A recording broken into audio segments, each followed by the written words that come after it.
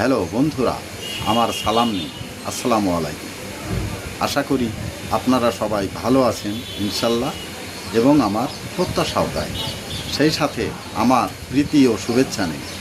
আজ এ পর্যায়ে যে বিষয়ে কথা বলবো তা হচ্ছে, আমরা আমাদের দেহের বাহ্যিক আবরণ বা দাগ মুছতে পারি, কিন্তু আন্তরিক ক্ষত তথা আঘাতকে মুছতে পারবো না।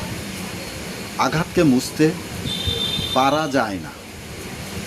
মানুষের হৃদয়ের ক্ষত থেকেই চোখে অশ্রু ঝরে। অশ্রু মুছা গেলেও হৃদয়ের ক্ষত বা দাগ মুছা যায় না। তাই বলা যায়, চোখের জল মুছা গেলেও হৃদয়ের ক্ষত দাগ মুছতে পারা যায় না। এ পর্যায়ে এখানেই রাখছি। ততক্ষণ পর্যন্ত সবাই ভালো থাকুন, সুস্থ থাকুন এবং নিরাপদে থাকুন। শুভ কামনা নিরন্তর সবার জন্য সবসময়।